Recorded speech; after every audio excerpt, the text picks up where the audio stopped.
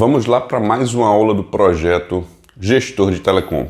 A aula de hoje, 053, é sobre a parte de contratos de banda larga fixa, aquele banda larga que chega no escritório da empresa, em qualquer lugar, só que por um meio físico. Pode ser até, por exemplo, banda larga fixa considerado um meio de um rádio ou de um cabeamento, se for o caso, ou até via satélite, por exemplo, tá? Mas a forma que o serviço é entregue, a consideração, vamos dizer assim, é banda larga fixa, tá bom? E a gente vai falar sobre a parte de atendimento nessa aula de hoje. Qual é o objetivo da aula? Ou seja, o que é que eu quero te passar para você entender exatamente essa parte do que é que a gente vai ver na aula, tá bom? É você saber tudo o que precisa para gerenciar contratos de banda larga fixa na visão dos indicadores de atendimento. Ou seja, eu vou passar aqui para você, nessa aula, vários pontos sobre como atender as demandas, ou seja, situações que a gente vai passar aqui, eu vou passar para você, a gente vai ver, de atendimento, ou seja, como é que você vai resolver problemas, como é que você vai solicitar algumas coisas e os principais, vamos assim, indicadores que a gente tem que ter consciência para saber se aquele atendimento está sendo um bom atendimento. Mais ou menos isso, que eu espero que no final da aula você tenha esse fluxo e melhore o atendimento que você tem hoje com a sua prestadora. Como estruturar o relacionamento com prestadoras de serviço, no caso as prestadoras de telecom. E visando o contrato, por exemplo, de banda larga, a gente tem as grandes prestadoras e as pequenas prestadoras, que é PPP, prestadoras de pequeno porte, e as operadoras que a gente já conhece. Então, a gente tem esses dois tipos, vamos dizer assim, de empresas que o relacionamento é até um pouco diferente, mas que é importante a gente ter essa consciência, dependendo, lógico, da sua empresa, de qual delas duas você tenha contratos, mas provavelmente pode ser que você tenha até as duas, tá bom? Então, como é que deve ser esse atendimento, essa estrutura? Primeiro, eu tenho uma metodologia que eu criei, que é a metodologia Reduza Custo Todo Mês. Então, nela, eu mostro como eu faço esse relacionamento, como é que eu faço algumas ações, que é que eu vou passar um pouco aqui para você. Essa área que eu faço a parte de relacionamento tem dois pilares. O pilar negociação é quando eu vou reduzir custos. E é altamente importante a gente ter um bom relacionamento para poder otimizar as despesas que a gente tem atualmente. Então isso é fundamental. Tem um segundo pilar que é o pilar de gestão, que é a gente fazer a administração dos serviços. Então o contrato já está lá vigente, aí sim é onde a gente se preocupa com o atendimento também, principalmente porque é onde a gente vai ter as demandas, porque antes do contrato ativo a gente não vai usar tanto o atendimento, a gente só vai utilizar depois do contrato já, vamos dizer assim, assinado. Então, o pilar negociação é que quando você vai fazer uma negociação de contrato, seja uma renovação de contrato ou um novo contrato, a gente tem que ver como é que vai funcionar esse atendimento daquele prestador. Então, nessa visão, vamos dizer assim, antes do contrato, tem as pessoas envolvidas, que é o módulo 1, eu coloco vários pontos lá que são, no meu ponto de vista, importantes para a gente saber quem são as pessoas envolvidas em todo o processo. E nesse cenário, ou seja, eu estou estruturando a visão de atendimento. Antes do contrato, eu tenho que saber quem são os personagens externos, ou seja, com quem é que eu estou me relacionando, com quem é que eu estou conversando, como é que existe esse tipo de contato. Existem alguns, vamos dizer assim, pontos que a gente tem que saber para estruturar o atendimento para a gente, ou seja, para a gente fazer a gestão daquele contrato. Se precisar de alguma coisa, a gente vai falar com quem, qual o telefone de atendimento, qual o prazo de atendimento, qual é a maneira de atendimento. Então, tudo isso a gente tem que pegar antes do contrato ser, vamos dizer assim, ativo. Lógico, tem prestadores e prestadoras que eles já passam as informações, tem alguns que não. Então, tem que avaliar, de preferência que você tenha e saiba quem são esses personagens. Por exemplo, qual o telefone de call center, qual o horário de atendimento, qual o telefone da ouvidoria, tem ouvidoria, não tem ouvidoria. Algumas empresas, você tem acesso ao gestor de contas, ao gerente de negócio ou até o presidente da empresa. Prestador de pequeno porte é mais fácil você ter esse tipo de acesso. Um grande porte vai ser muito difícil você falar ou ter contato com qualquer presidente. Mas você tem que saber isso, porque a ouvidoria normalmente ela tem um contato muito mais próximo do gestor da empresa. Então, de grandes portes, as prestadoras elas têm contato direto com a presidência, o call center não necessariamente. E um prestador de pequeno porte, eu já vi situações que a ouvidoria quem trata é o próprio dono da empresa. Então, sempre é bom você saber esses contatos. Pelo menos esses dois são fundamentais para esse fluxo. E a equipe de vendas, ou seja, quem é que está fazendo essa relação com você? Seja uma renovação de contrato ou um novo contrato. Você deve ter esse contato, não só com a pessoa que está vendendo, mas, se possível, com o gestor dela, porque quando você vai mexer na parte financeira, é sempre importante você ter o máximo de contatos possíveis para você ver como você consegue um auxílio para reduzir custos. Lógico, existe uma estrutura, uma estratégia para otimizar as despesas, mas sempre é bom você saber quem é que manda, porque tem situações que o vendedor inicial que está falando com você, ele não tem uma alçada, não tem poder para colocar o desconto, por exemplo, que a gente está precisando. E aí você tem que falar com outra pessoa para fazer esse fluxo. E aí, cada negociação é uma negociação, mas se você conhecer mais essa área, vai ser importante. E lembre-se, existem conflitos de interesse da seguinte maneira. O vendedor, ele pode ter um conflito com a área de call center. Então, o vendedor passou lá uma proposta X, mas o atendimento de call center não vê isso. E vice-versa. Pode ser que o call center tenha uma oferta que a área de vendas não tem. Então, ouvidoria é mais difícil. A ouvidoria ele vai tentar mais resolver. Mas sempre existe uma diferença de interesses, principalmente nas grandes prestadoras.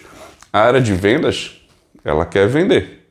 Depois de vender, aí quem vai tratar as demandas com você é a área de call center, ouvidoria, suporte. Então, pode ser que você tenha dificuldades, pode ser que não, mas de preferência tenha tudo organizado, estruturado, sabendo quem são as pessoas, deixando tudo lógico, registrado da negociação que for feita. Mas é assim que eu faço a estrutura de relacionamento, ou seja, vejo quem são os contatos e tenho tudo isso estruturado para poder fazer qualquer ação necessária. Então, isso aqui é a maneira que eu faço essa identificação de estrutura de relacionamento com atendimento de qualquer tipo de prestadora, se é grande porte, pequeno porte, todas elas é interessante você ter esse conjunto de informações para ter um atendimento, você ter as informações e, lógico, quando for caso a caso, você fala com cada uma dessas áreas, desses departamentos, para ter essas informações, não tem muito trabalho. Você pega direto com ou o vendedor, ou o contrato, ou fala direto com o call center, você vai ter todos esses dados. Mas o importante é, deixa estruturado, que a equipe que faz a gestão do telecom, ela saiba. Em alguns cenários, até a própria pessoa que está sendo lá o usuário do telefone ou da banda larga, ela pode fazer algumas coisas. Então, sempre deixa esclarecido e todos os pontos de contato mais claros para todo mundo, que eu acho que vai ser melhor para gerenciar o contrato. Os 4 principais indicadores de atendimento em um contrato de banda larga fixa. Então, existem alguns pontos que a gente precisa, lógico, sempre ficar atento. Algumas situações a gente tem no início do contrato, no meio, outras no fim. Mas pode acontecer cada uma delas em diversos cenários. A primeira, por exemplo, que é o prazo de instalação, você só vai ver isso no começo. Ou, por exemplo, uma mudança de endereço ou algo do tipo. Mas esse prazo de instalação é interessante porque vai mostrar o quão rápida a equipe lá da ponta ela é para fazer a ativação.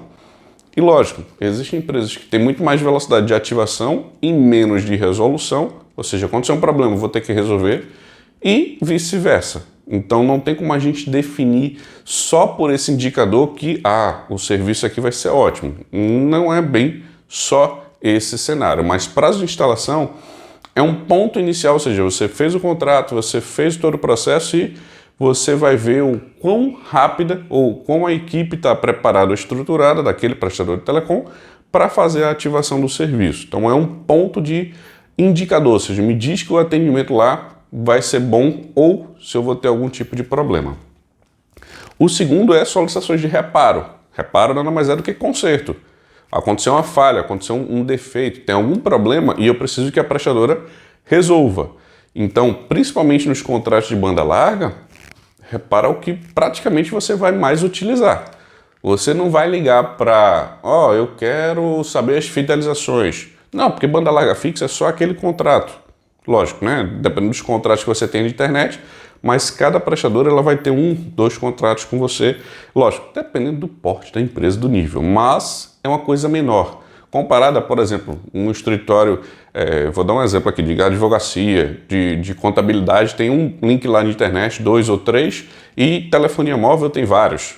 Telefonia fixa pode ter mais alguns. Então, você compara a quantidade de banda larga fixa, vai ser menor comparado aos outros. Então, é isso que eu estou te passando, que repara o que você mais vai utilizar. Ou seja, deu um problema, avalie lá com a prestadora, vê o que aconteceu. É isso que normalmente acontece. Por isso que eu considero como um segundo indicador.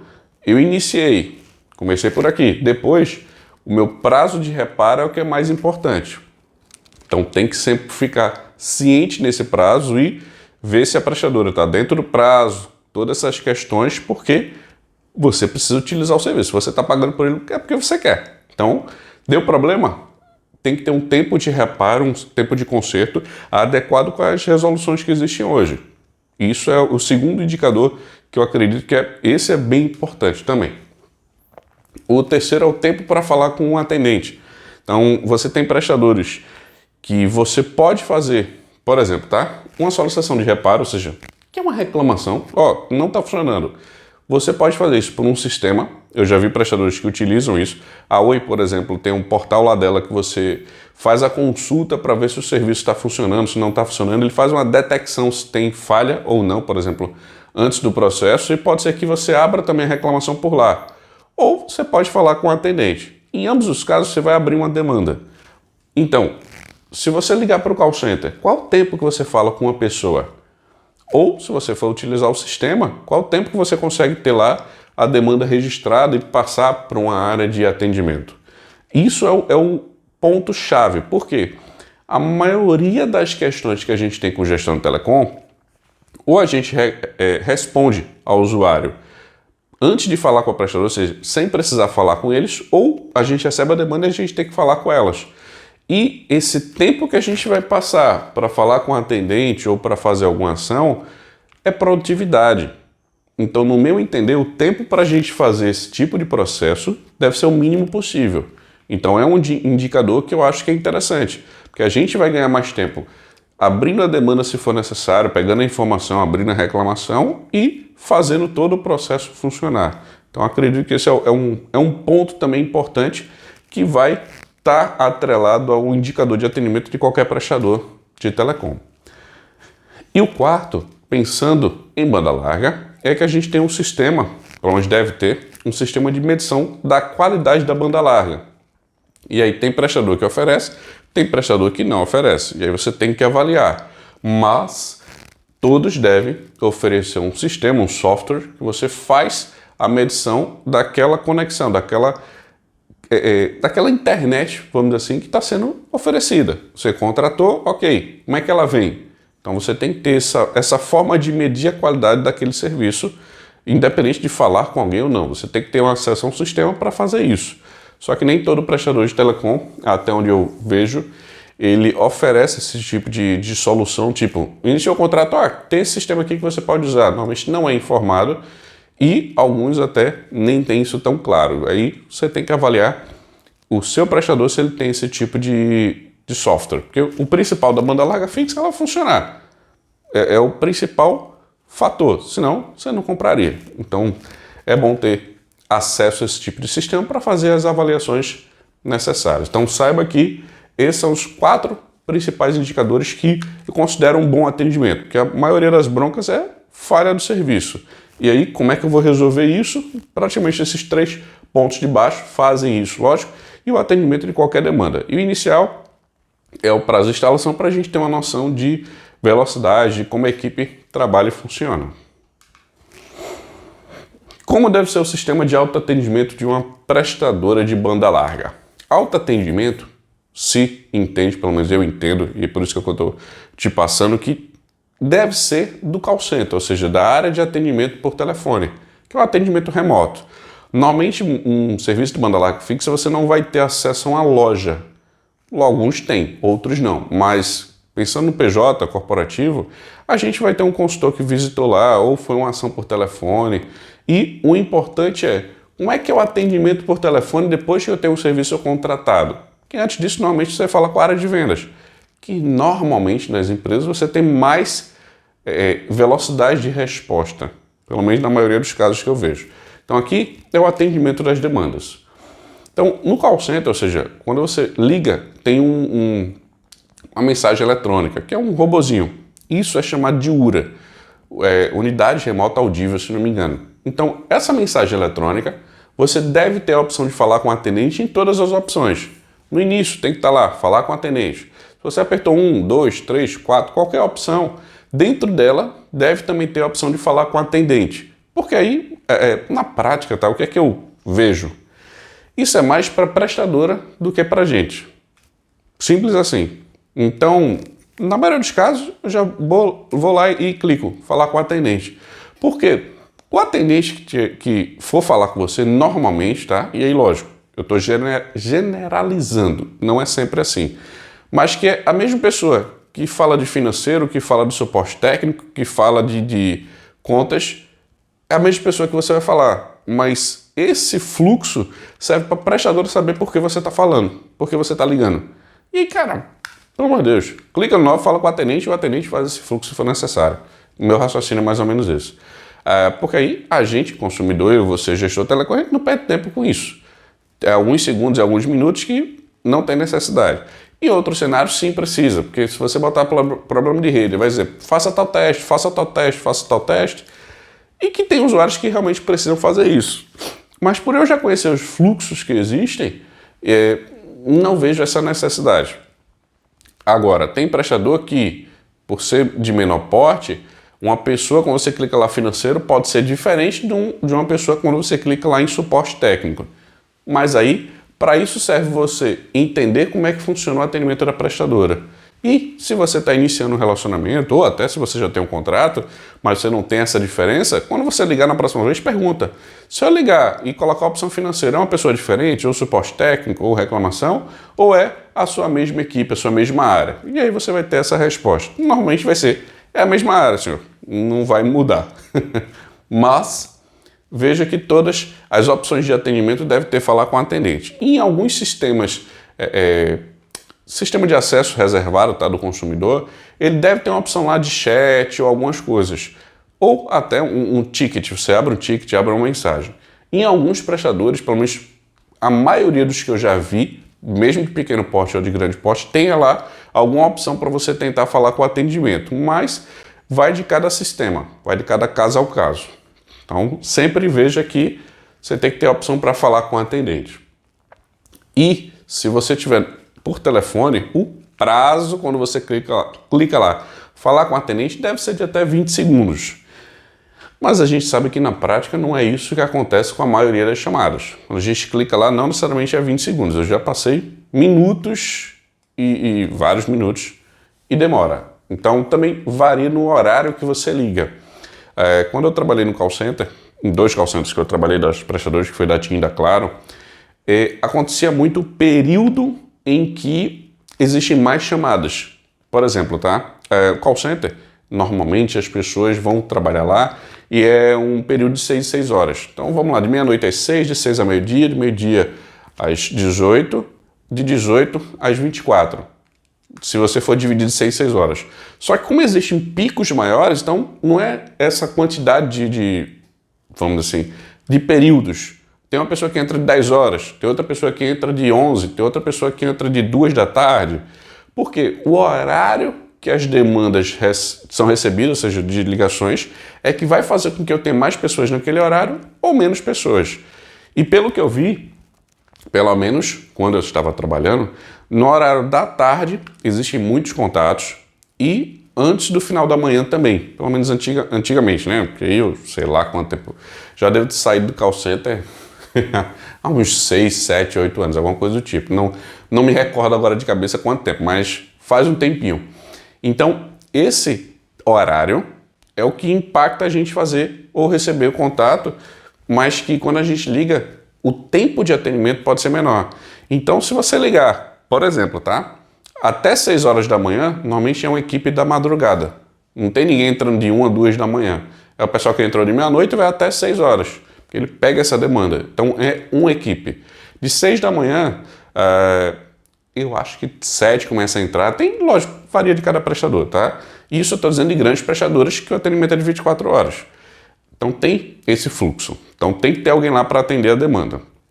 Quando já é tipo 11 horas da manhã, 4 da tarde, é normal você ter um pouco mais de demora, porque vão ter mais pessoas ligando para o atendimento da prestadora. E aí, tenta pegar um horário que é mais fácil para você ligar e que tem menos fluxo. Então, por exemplo, a maioria das demandas, quando eu preciso fazer, que eu sei a demanda que tem, eu ligo logo de manhã cedo. Pego o telefone, ligo, faço a ação que for necessária. Em outros cenários, aconteceu a bronca agora, aí você tem que ligar, não tem para onde correr. Mas se você conseguir otimizar esse horário, pode ser mais fácil para você ter um atendimento mais rápido, vamos assim, para alguém falar com você. Então saiba desse fluxo.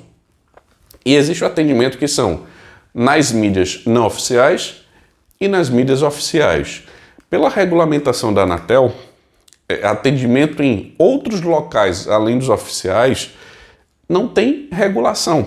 Então, por exemplo, quais são os canais oficiais? Telefone de atendimento, ouvidoria, sistema de acesso ao consumidor, o sistema do site reservado, são esses pontos. Então, quando você tenta falar, eu vou reclamar com a empresa, vou falar com a empresa, não reclame aqui, por exemplo.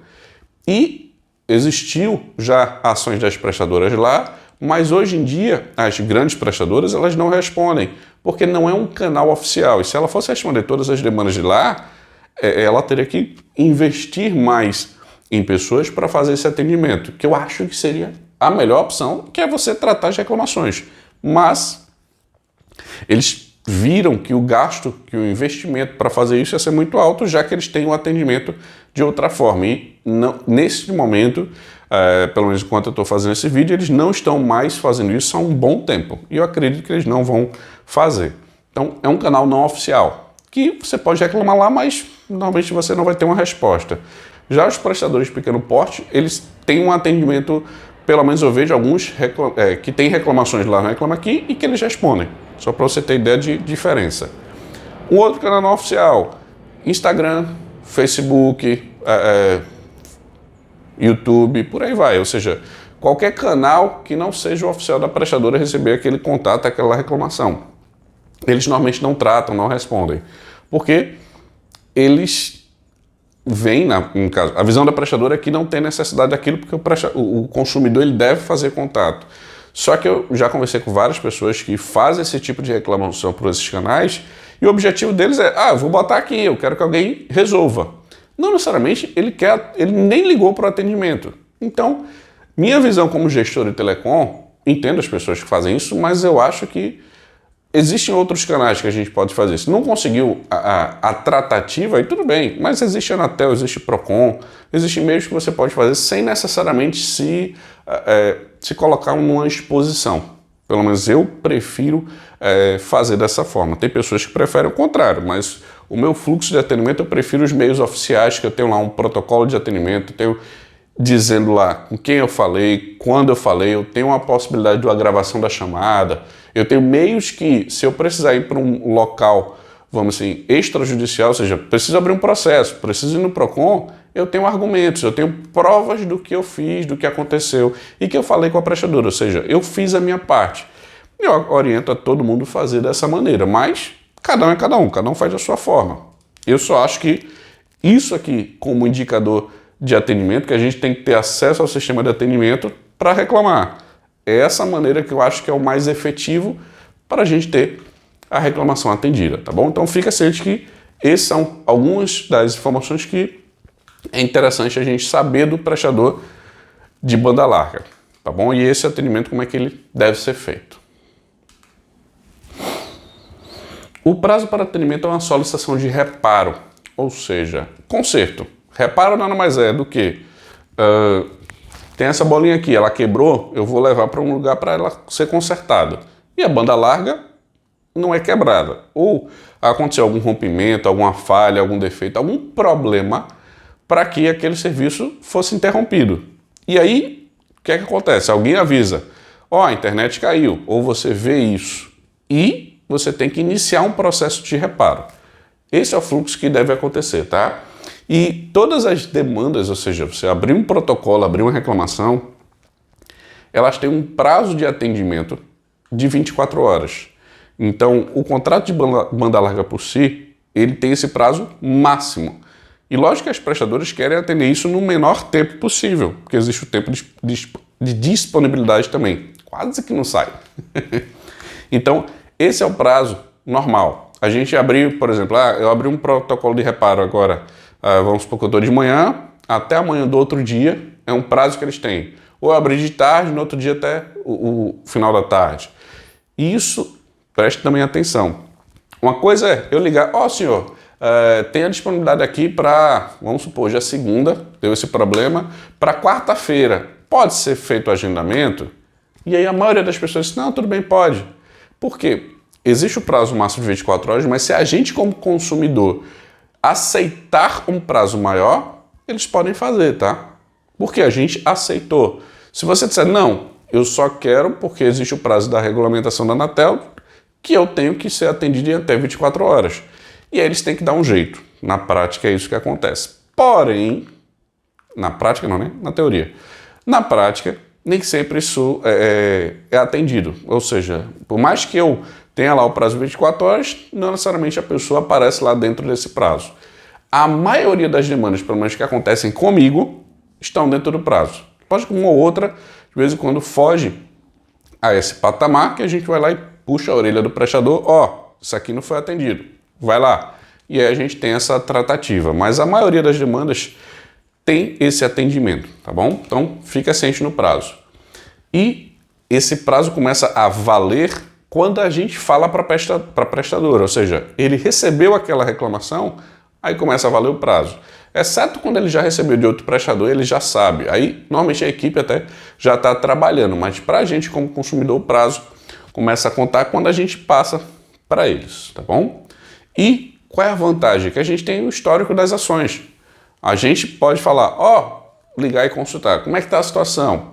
Nem sempre você vai ter realmente o fluxo assim. O que o técnico está fazendo, ou a equipe técnica está fazendo, o call center vai saber. Na maioria dos casos que eu vejo, não tem tanta velocidade de atualização, porque o cara está lá fazendo, não necessariamente ele vai no sistema e coloca o que ele está fazendo, ou qual foi o problema técnico que aconteceu, ou XYZ. As situações, os motivos de falha, nem sempre a gente sabe, mas a gente tem como consultar, a gente tem prova, ó, liguei, consultei, vi as informações, a prestadora me passou isso. Se for um problema maior, você tem um registro histórico de todas as ações. Essa é a parte importante desse fluxo. E uma coisa que você precisa entender. Uma coisa é o prazo ser atendido, para eles descobrirem o que foi que houve. E um segundo é um prazo de resolvido, que nas regulamentações que eu vi, não tem prazo de resolução, tem prazo de atendimento. E lógico, eles devem resolver o mais rápido possível, porque é interesse deles e tem regulamentação na Anatel da disponibilidade, ou seja, do tempo que aquele contrato pode ficar sem serviço por causa da prestadora. Mas o resolvido é diferente. Eu já tive casos, se não me engano, foi ficar uma semana sem internet. Por quê? Porque houve o rompimento de cabos, e aí quando existe rompimento de cabo, depende também da prestadora de energia. Então o que aconteceu nesse caso foi, houve um rompimento, eu não lembro quantos metros, mas foi tipo 300 metros, 400 metros ou algo do tipo, e o poste também, alguns postes, se não me engano, caíram, porque foi uma batida de veículo. Então foi um acidente feio, mas graças a Deus ninguém morreu, só ficaram feridos. Então houve esse processo e a gente ficou mais de uma semana. Por quê? O prazo de resolução, nesse caso, eles não tinham como acelerar, porque dependia da companhia telefônica, da companhia elétrica, colocar os postos, organizar esse processo, depois eles fazerem todo o fluxo de cabeamento, que não era só o da gente, tinha outros clientes também afetados com esse tipo de problema. Então, o importante é o atendimento, identificar o problema. Identificou qual é a falha e o ideal é a gente saber disso. Porque também tem um bom senso, né? Não adianta a gente pensar, aconteceu esse tipo de acidente. Você tem 24 horas para resolver. E na prática não é isso que acontece. Mas o que eu acho altamente importante é a gente ter o contato, ou seja, tá, vai me passando aí o que aconteceu, qual é a previsão, e em alguns casos, pelo menos que acontecem, a gente sabe primeiro que está funcionando pelo sistema do que por um contato. Normalmente é assim que funciona. Ó, o sistema voltou, a internet voltou, e aí depois a gente recebe algum contato, ou, na maioria dos casos, nem contato a gente recebe dizendo que o sistema voltou. Isso, lógico, depende da demanda que você faça e como seja o atendimento daquele prestador. Mas se eles não estão fazendo isso, por exemplo, por e-mail, porque por e-mail é mais fácil que a pessoa vai lá e te responde. Ó, o serviço voltou normal, por favor testar, ou algo do tipo, eles respondem, a gente já está normalmente até sabendo disso.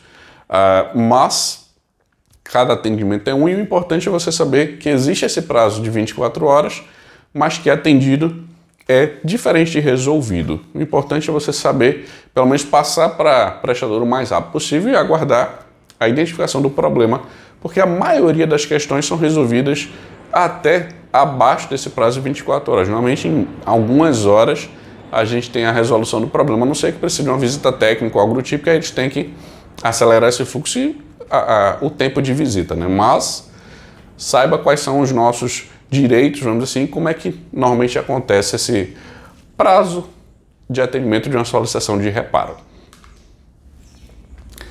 Como deve acontecer uma solicitação de instalação do serviço de banda larga fixa? Instalação a gente pensa como um novo contrato. Então, assinei aquele contrato e a prestadora vai começar a ofertar aquele serviço. E aí a gente tem essa questão de prazo inicial para fazer essa instalação. Lembrando que essa instalação, o prazo são de 10 dias, mas é dentro da área que a empresa já atua. Ou seja, dentro da área de cobertura, mesmo da banda larga fixa, tá? Ela tem uma área de atuação. Quando você passa desse prazo, ou seja, dessa área, o prazo ele não continua de 10 dias. Ele aumenta. E aí tem prestador que normalmente diz 30 dias ou algo do tipo, depende do que tiver no seu contrato e no que for acordado.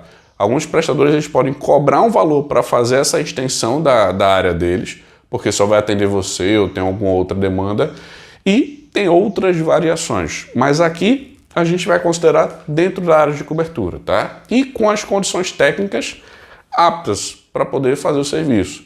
Eu até já contratei uma vez, não é porque não funcionou. A gente assinou um contrato para banda larga fixa dentro da região metropolitana de uma cidade, e o pessoal disse, não, tudo bem, chega lá. Só que uma prestadora não chegava, a outra prestadora disse que não, tudo bem, a gente instala, e outra prestadora disse que também não chegava.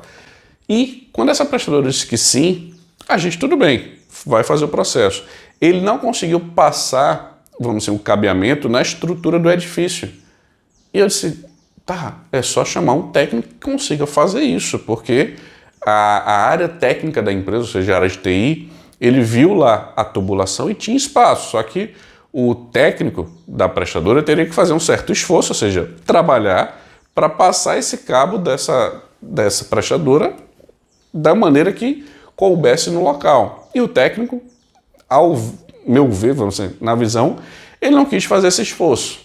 Pelo menos foi o que a equipe técnica me passou. E aí, a gente não teve contrato ativo, mesmo dentro da área de cobertura e, a princípio, com as condições técnicas disponíveis. E a gente teve que contratar uma outra prestadora que aí sim, esse foi lá, viu todo o processo.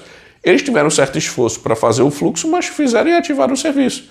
E hoje a gente tem eles lá no escritório da empresa funcionando sem problema. Por quê? Porque, no meu entender, eles tiveram um certo esforço maior para conseguir fazer essa instalação, que eu acho que é válido. Pelo menos para mim, como cliente, é ótimo, porque eu sei que se eu consigo ter essa força de vontade ou esse esforço na parte de instalação, lógico, eu sei que instalação é diferente de reparo, mas eu fico mais confiável no restante do contrato. Mas saiba que existe essa estrutura. E o prazo, como eu já te passei, são de 10 dias úteis. Então, é o prazo de ativação. Fiz a assinatura de contrato para ser para prestador, eles receberam, confirmaram aquele recebimento, começa a contar esse prazo. Normalmente é isso que acontece, e é esse prazo, normalmente eles ativam antes. Eu já vi situações de pedir um dia, 2 dias depois já estava o técnico lá chegando para fazer a ativação do serviço. Isso é ótimo para a gente, quando a gente precisa disso de várias vezes, né? Mas como a gente só precisa disso no início do contrato, e que a gente sabe que a equipe de instalação normalmente é a mesma equipe de reparo, a gente fica mais tranquilo. E lógico, depende de cada organização. Se uma equipe é só de ativação, de outra equipe é só de reparo, mas a gente tem a noção de que a equipe deve ser similar, ou seja, devem ter profissionais aptos tanto para instalação quanto para reparo. E pelo menos isso para mim me deixa mais tranquilo na visão de que eles vão entregar um serviço de banda larga eficiente nessa visão, pelo menos, da equipe que faz essas tratativas, tá bom? Então, esse é o prazo e é assim que deve acontecer a instalação dos serviços de banda larga. Lógico que o pessoal deve entregar lá, lógico, também depende da estrutura da empresa. O cabeamento pronto para ser colocado, colocar no modem se for necessário, deixar configurado lá se tiver serviço de Wi-Fi, se não tiver serviço de Wi-Fi. Então tudo deve estar organizado, entregue para o serviço funcionar. É assim que deve ser feita a instalação. Tá, existe vamos dizer assim, o mundo perfeito, que é em 10 dias úteis, que é o adequado, que o pessoal trabalha prazo menor. Porém, pode acontecer um prazo maior, porque 95% dos pedidos estão dentro do prazo de 10 dias.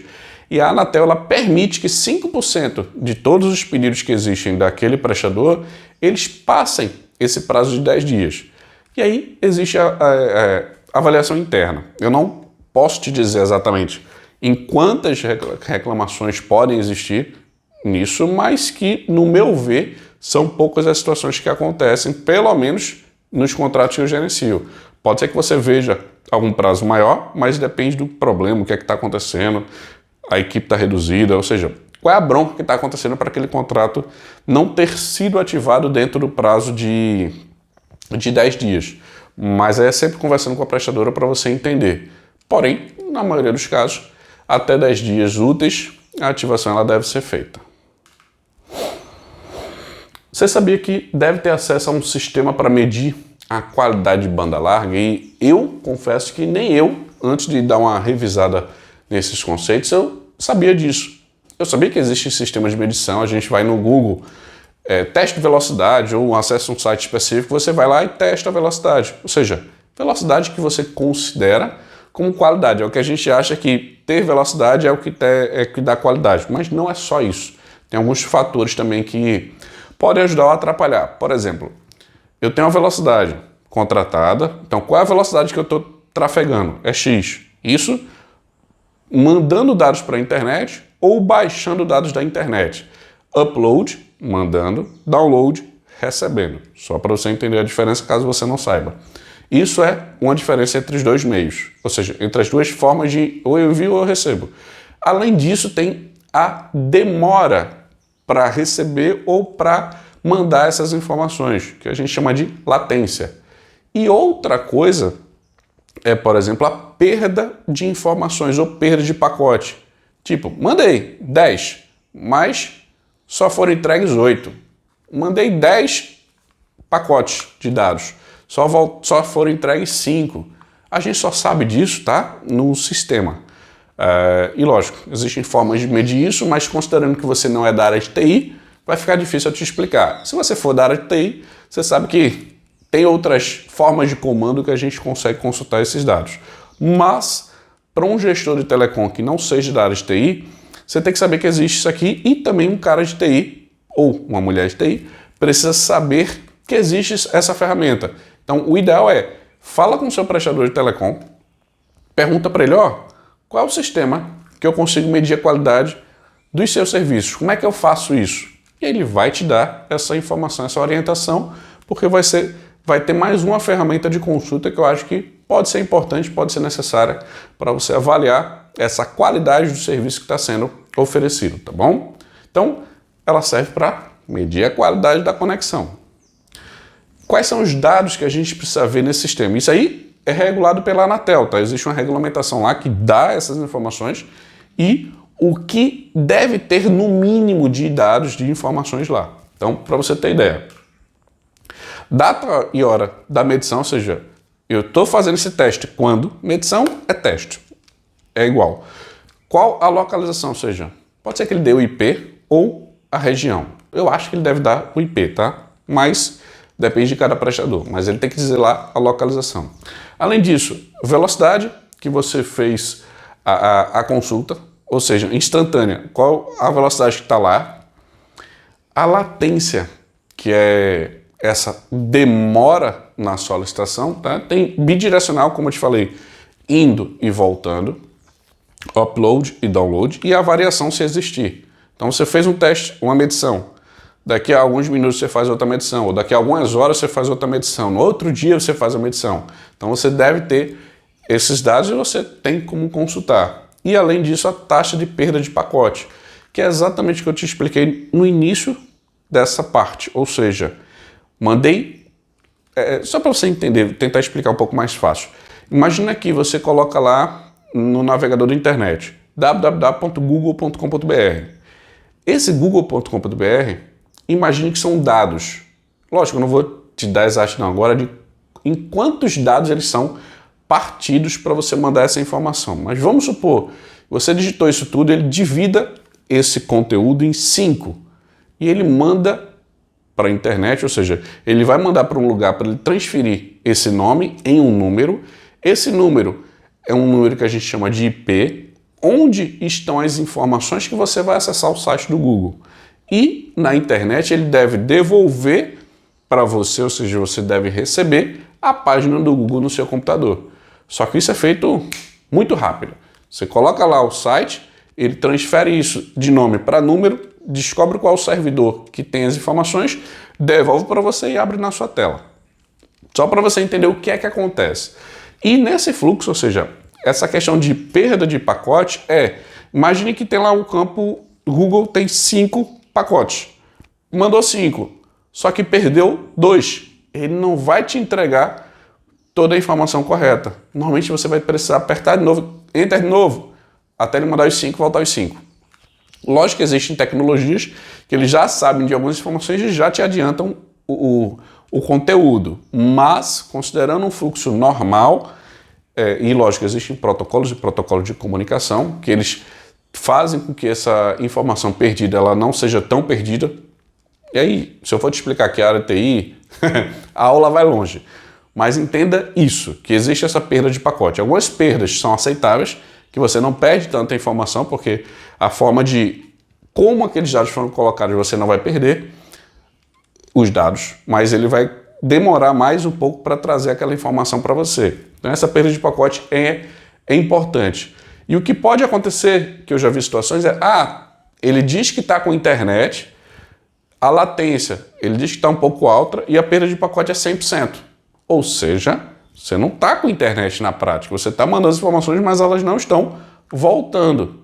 Então, é uma outra forma de você ver a qualidade do serviço que está sendo ofertado. Então, o sistema de medição, ele deve ter todas essas informações para a gente como consumidor, como usuário. Então, saiba que você tem direito, fala com o teu prestador, faz essa consulta que você deve ter acesso pelo menos a esses dados. Se não tiver, tenta abrir uma reclamação na ouvidoria, fala com a Anatel, mas a gente deve ter acesso e ter direito a um sistema que faça essa consulta dos dados e nos dê, pelo menos, essas informações.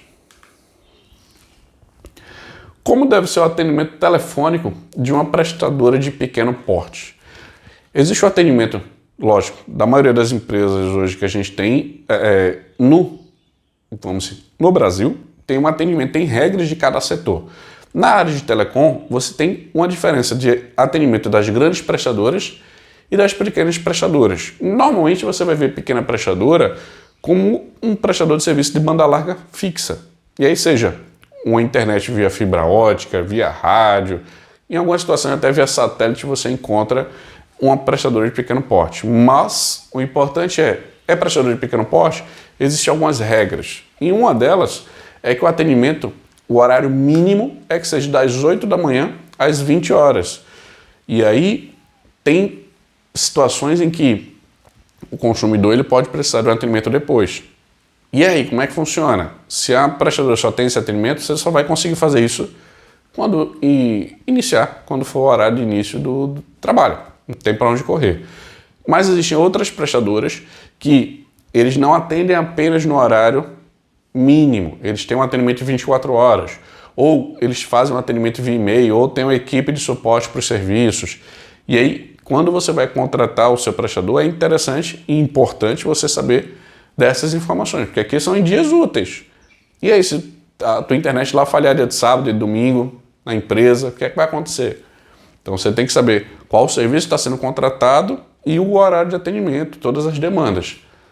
Principalmente se você precisa e se você tiver algum problema de internet, vai afetar o atendimento da empresa, vai afetar o que a empresa hoje oferece. Então, prestador de serviço de banda larga, você tem que ter atenção para isso quando você tem um prestador de pequeno porte, para não ter surpresa, para não ter problema. Agora, se por exemplo você tem um escritório na empresa e que ele funciona de segunda a sexta em horário comercial, tipo de 8 às 18, isso aqui vai atender você tranquilo. Se chegou num dia de manhã, tá sem internet, você vai ligar. Se for a partir das 8 horas, eles vão lá ter o prazo de atendimento para resolver o problema. Mas saiba que existe essa questão dos prestadores de pequeno porte. Pode ser que ele faça esse atendimento para cliente consumidor e um atendimento diferente para cliente corporativo. Aí você também tem que avaliar essa questão e ver todos os pontos e principalmente esse prazo de horário de atendimento. E em todo o atendimento, tá? Até nas pequenas prestadoras, precisa ter a gravação das ligações. Seja você fazendo a ligação, você recebendo. Então você tem que ter ciência disso e que o prazo das gravações aí, no prestador de pequeno porte, é de 90 dias para eles guardarem. Então, fez a ligação ou receber a ligação, eles devem guardar aquele conteúdo, aquelas informações por até 90 dias. E é bom você testar. Liga para a prestadora, faz algum contato, tá bom, me manda a gravação e aí você vai saber se isso está funcionando ou não. Como na maioria das vezes é um problema de reparo, nem sempre você vai precisar pedir a gravação de um prestador de pequeno porte. Normalmente eu peço gravação quando há algum problema, alguma negociação, algo do tipo. Mas negociação, normalmente eu faço via contrato. Se for por telefone, aí sim eu peço a gravação. Então, sempre tenha cuidado e saiba como é que funciona o atendimento e como é que ele deve funcionar. Porque o prazo é diferente de grandes prestadoras. Então, tem um atendimento lá, pequeno prestador, como é que você deve fazer? É isso. E como é que você vai se proteger se você precisar de uma gravação é dessa forma. E se a prestadora, não, a gente não tem, a gente perdeu, aí você pede para ela mandar isso de forma formal para você. Já que você não vai ter a gravação, pede para ela mandar um e-mail com aqueles dados, por exemplo, com aquelas informações para você ficar seguro. E se der, se você tiver uma facilidade daquela prestadora, tenta fazer as solicitações via e-mail. Porque por e-mail você tem a comprovação do que foi feito. Por ligação, se não tiver a gravação, se eles não tiverem o fluxo disso, você não vai ter a confirmação do que você fez e nem dos atos da prestadora, protocolo e por aí vai. Então sempre fica ciente nisso e que a prestadora de pequeno porte também tem que gerar protocolo. Você fez o contato, por exemplo, abriu uma reclamação, qual é o número dessa reclamação? Existe um protocolo de reparo, qual é o número dele, qual é o código dessa solicitação? Que eles devem te passar essas informações para você saber o que está acontecendo e que você tenha certeza do que você está reclamando, tá bom? Então, fique ciente que existem esses conceitos, essas informações e é assim que deve funcionar o atendimento de um prestador de pequeno porte. Como é o fluxo do contrato de banda larga fixa, só que com franquia? Ou seja, você tem lá o serviço de internet disponibilizado por fibra ótica, por rádio, por satélite, que é considerado banda larga fixa, e você tem uma franquia, ou seja, você tem lá 10 GB para utilizar, 50 GB para utilizar, 100 GB para utilizar, e é uma franquia. Então, existe um fluxo de até atingir a franquia, você vai usando à vontade, não vai ter impedimento. Então, franquia é dessa forma. Então, por isso que, se você utiliza hoje banda larga livre, vamos dizer assim, com qualquer prestador de telecom, você normalmente não sabe quantos gigas você utiliza. Isso, lógico, considerando que você utiliza gigas, que você não utiliza pouquíssima internet de megas. Você usa não sei quantos gigas. O ideal seria que a equipe de TI conseguisse medir isso, o consumo. Mas vamos supor que não tem equipe de TI, eles não têm como saber quantos gigas você utiliza. Aí você entra na seguinte questão: vou contratar um serviço de banda larga fixa, mas com franquia? Qual é essa franquia? É importantíssimo você saber disso e medir pelo menos o que é que você faz. Exemplo, Se alguém dentro da empresa tem a franquia e vai utilizar, vou ver um filme aqui, normalmente 3 GB é só do filme. Estou te dando aqui um exemplo médio, pelo menos que acontece comigo. Se você vai ver 2 filmes, já vai, 6 GB. E por aí vai, ou seja, depende do filme, da quantidade de duração, por aí vai, né? Mas você tem que ter cuidado, porque no escritório da empresa, se você não tiver bloqueio, se você não tiver limitações, o pessoal pode usar qualquer coisa. Vai acessar lá o Globoplay da vida, vai pegar um stream, Netflix, e eles podem acessar. Pelo menos nas empresas que eu conheço, tem funcionários que faz isso, não tem para onde correr. Sempre vai ter algum que vai fazer isso. Até na hora de descanso, vou aqui acessar um vídeo, vou ver aqui numa hora de descanso, vou ver um seriado. O funcionário, no meu entender, ele pode fazer o que ele quiser no horário de descanso. E se a empresa permitir, ele vai usar. Se a empresa bloquear, ele não vai usar. Simples assim. Mas considera aqui que ele vai trabalhar e fazer as utilizações. E você sabendo da franquia, você tem que ter cuidado. Se você conseguir utilizar até a franquia, você não vai ter dor de cabeça ou aumento de preço. Mas se você conseguir atingir a franquia, existem 2 situações. Então, que é isso que é importante você saber da franquia. Se você atingir a franquia contratada, se você quiser continuar na mesma velocidade, você vai ter que pagar. Você vai ter que ter um custo adicional para continuar trafegando internet naquela velocidade que você estava. Ou você vai ter uma redução da velocidade, vai continuar utilizando a internet, mas com uma velocidade menor. E aí você tem que avaliar qual é essa velocidade menor no contrato. Eu vejo muito isso aqui, pelo menos nas visões que eu contratei para, por exemplo, banda larga via satélite. Franquia de tanto, você vai conseguir utilizar tantos reais. E aí você tem uma diferença nesse fluxo. Mas são casos a casos. Existe também banda larga fixa via fibra ótica, via rádio, que você pode ter uma franquia de uso. E aí você tem que ficar ciente nessa franquia. O que é que acontece depois da franquia? Atingiu ela? E aí? Eu vou reduzir a velocidade para quanto? Se for, eu tenho 1 GB aqui de velocidade, vou baixar para 300 megas, ainda assim é uma velocidade bem rápida. Ou eu tenho aqui 300 megas, vou reduzir, vou dar um chute aqui, tá? Para 10 megas, aí é muito menor.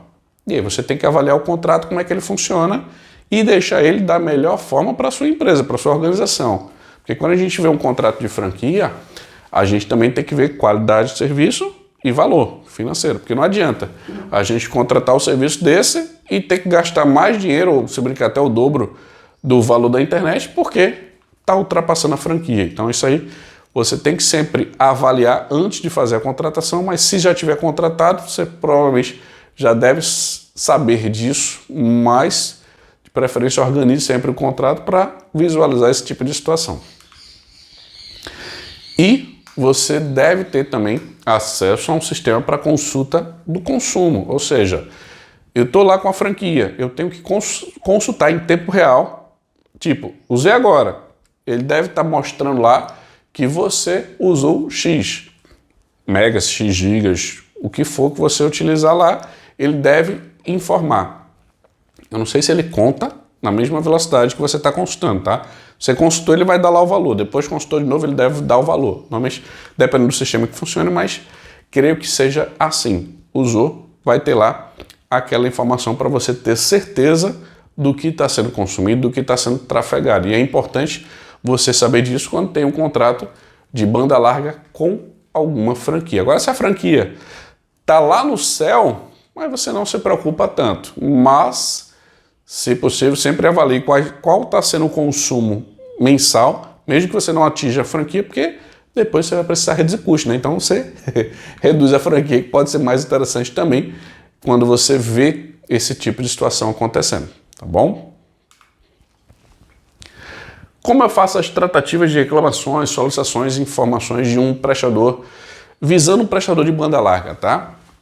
Banda larga, normalmente a gente tem problemas de reparo e negociação. É normalmente o que a gente faz. Poucas são as situações que você vai precisar fazer algum outro tipo de contato, mas sempre é bom você saber como é que funciona o fluxo, tá? Primeiro, eu sempre, pelo menos a minha tendência é fazer bons relacionamentos. Então, estou com aquele prestador, tá, quem é dessa área, quem é nessa área, quem é nessa área. Então, tenta conhecer algumas pessoas de todas as áreas para você ter essa relação. E, ok, é um novo contrato, tá, mas quem é que cuida do suporte? Quem é que cuida da área de vendas? Quem é que cuida da área financeira? Sempre tem essas facilidades, porque quando você precisar de algo, você tem acesso. Por exemplo, outra área que eu falo bastante, por exemplo, com um prestador, era a financeira. Fulaninho, me manda a fatura, por favor, que não chegou. E, por exemplo, como eu tenho um bom relacionamento, eu peço isso via WhatsApp. Eu não uso o e-mail da empresa, eu não faço ligação, eu só mando uma solução. Ó, fulaninho, por favor, você pode mandar a fatura que até agora não recebi e aí eu tenho que correr com o pessoal para mandar isso para pagamento. E a pessoa vai lá, tá bom, vou pedir para a equipe. E me responde e manda o documento. Pelo menos eu acho que assim é mais fácil a gente ter um bom relacionamento. É diferente, você tem um prazo de tantos dias, você não atendeu, eu preciso que você me mande isso. Né? Eu acho que é mais chato na prática. Mas se eu precisar usar o argumento das regulamentações, leis, Código do Consumidor e por aí vai, a gente utiliza. Mas eu acho que da maneira mais leve possível, você faz com que o atendimento daquele prestador seja mais sadio. Pelo menos é assim que eu trabalho, é assim que eu acho melhor. Até a área de cobrança, você tem que ver as questões. A não ser quando a área de cobrança é séria a situação e aí é mais complicado. Mas, fora isso, você tem que ter um contato sadio com aquele prestador. E sempre tem que ter algum contato de suporte. Quem é a pessoa responsável pelo suporte? Ou, não sei aqui, nunca precisei usar, mas se você ter contato com a área de vendas e o vendedor ou o gerente de contas, ele tem esse acesso, tudo bem, você vai conseguir também ter esse tipo de contato. Normalmente o vendedor é gerente de contas ou consultor de negócios. Cada empresa ela chama de uma maneira que pode ser diferente. O importante é aquela pessoa que fez a parte de vendas e que vai te auxiliar naquele contrato durante o tempo que você ficar como cliente naquele prestador. Então, essa pessoa, o vendedor, ele também vai se importar bastante com as ações, porque pode ser que ele tenha uma remuneração para você continuar como cliente ou não, mas normalmente esses gerentes de contas, eles devem continuar fazendo contato com a gente para poder avaliar essa questão e deixar sempre o atendimento da melhor maneira, com mais qualidade. Pelo menos é isso que eu vejo nos prestadores hoje em dia. A área financeira é importante. Isso, estou dizendo pequeno porte ou grande porte, tá? Grande porte a gente vai ter mais dificuldade de ter, por exemplo, um contato de suporte, um contato da área financeira, mas pode ser ainda assim que você consiga. Por exemplo, hoje, em alguns contratos que eu tenho com a Oi, eu tenho uma pessoa de suporte dos contratos que a gente tem. A demanda é essa aqui, você tem como dar prioridade? A protocolo, se for o caso, e tem uma pessoa que eu consigo ter um contato, por exemplo, pelo WhatsApp, e ela me auxilia, me ajuda. Então tem isso. A área financeira é porque eu acho que eu nunca precisei na Oi, que é o que eu vejo de maior prestador hoje no Brasil, banda larga fixa, lógico, que eu utilizo. Existem alguns outros contratos, tem outros prestadores que também fazem auxílio, mas a Oi foi uma prestadora que eu acho um bom atendimento, só para você ter essa visão. Então, a área financeira você pode precisar fazer esses contatos. Normalmente, para prestador de pequeno porte é que eu utilizo mais essa área financeira, pedindo só o boleto com nota fiscal, né? Fatura, que fica mais fácil da gente ter aquelas informações, ou vai lá e acessa o sistema da prestadora se já tiver aqueles dados. E a área de vendas, ou seja, em alguns cenários, tá? O gerente de contas não necessariamente é o vendedor, e existem casos que é. Então o importante estou te passando aqui algumas das principais áreas que a gente tem que ter ciência para fazer tratativa de demandas, porque você pode precisar de cada uma delas. Eu já tive situações que era um problema de rede, ou seja, estava lá com falha no serviço e quem conseguiu me auxiliar foi a área de vendas, porque falou com outro técnico, o cara acelerou e fez o fluxo. Então, tem um problema? Passa para quase todo mundo que alguém deve te atender. Normalmente o vendedor, o gerente de contas, além do suporte, eles devem ficar cientes do processo para tentar nos auxiliar da melhor forma possível. Pelo menos essa é a ideia que eu penso e é assim que eu trabalho para facilitar esse fluxo das tratativas. Na aula de hoje a gente viu diversos pontos para os contratos de banda larga fixa, visando a parte de atendimento. Então acho que isso é importante da gente ficar ciente e como funciona. Tá? Então o objetivo dessa aula foi você saber tudo o que precisa para gerenciar os contratos de banda larga fixa nessa visão de atendimento. Eu espero que você tenha pego essas informações, se possível faz um resumo para você ter essas informações, para você aprender um pouco mais, que eu acho que vai te auxiliar, tá bom? Qualquer dúvida, manda as ordens. Essa aula 053, contrato de banda larga fixa, visando o atendimento, tá bom? Abraço, fui!